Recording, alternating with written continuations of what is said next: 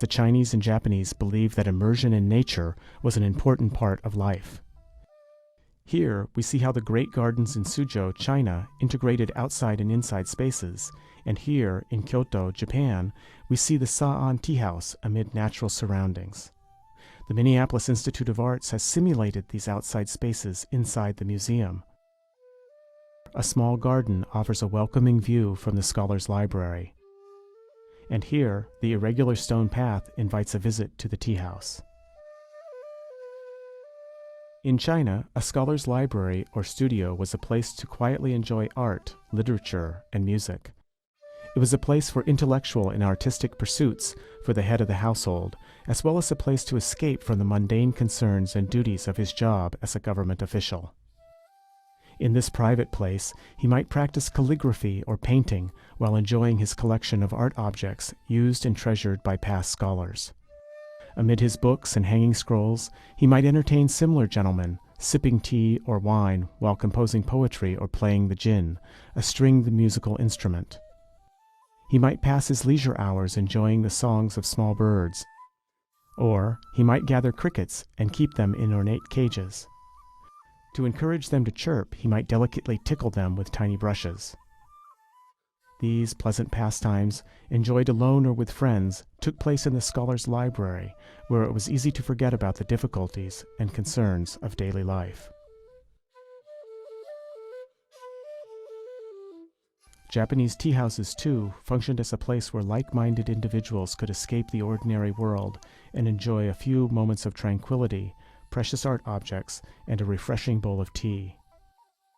Even though a small tea house might be built only a short distance from a house or temple, the owner would create a dense garden to make it seem like it was located deep within the wilderness. Typically, tea masters designed tea houses to look rustic, like old abandoned huts. The walls might be fashioned from mud and straw. Carpenters used unmilled posts and beams, as well as reeds and bamboo, so that it looked like the tea house was built from natural materials gathered from the surrounding forests. Within the tea house, all unnecessary embellishment is eliminated in an attempt to create a state of calm. It is here, in such a modest structure, that a tea master prepares and serves tea to a small number of guests. This is a traditional ritual known as cha no yu, or tea ceremony.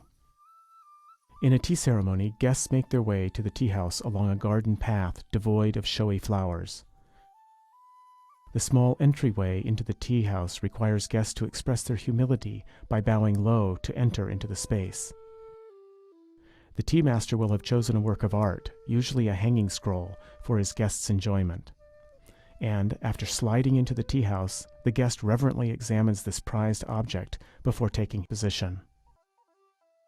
The sound of boiling water in the tea kettle and the pouring of water into the tea bowls provides a subtle music to the proceedings, since the tea ceremony is conducted in virtual silence. The bitter taste of the tea is balanced by traditional sweets served beforehand. Finally, guests have the rare chance to examine treasures from the tea master's collection in the form of antique tea bowls and ceramic and lacquer tea caddies that he has specially chosen for the gathering. Each one of these Asian rooms at the Minneapolis Institute of Arts reflects a unique approach to architecture. Sometimes rooms impress visitors by their grand scale and formality. In other cases, rooms might be impressive because of the perfection of the materials used to build them or the dazzling materials used to embellish them. Some rooms are more private spaces, suitable for quietly studying, composing poetry, or reading interesting old books. Still other structures can function like secret hideaways, seemingly old and abandoned, where friends can quietly share a bowl of tea away from the hectic pace and confusion of their daily lives.